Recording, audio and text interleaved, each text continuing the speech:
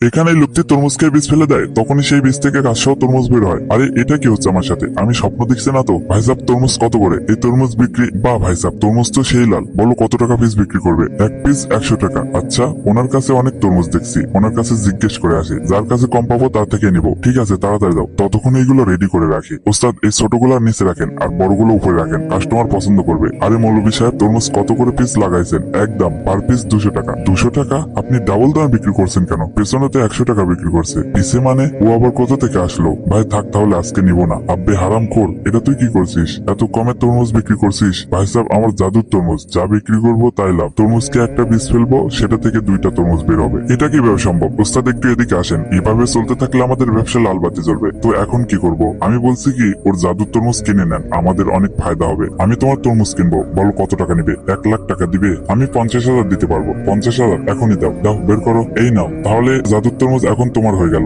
এমন সময় তাদের আর বুঝতে বাকি রইল না, সেই লোকটি তাদের বোকা বানিয়ে 50,000 টাকা মেরে দিয়ে চলে গেছে। হারামখোর, সব তোর জন্য হয়েছে।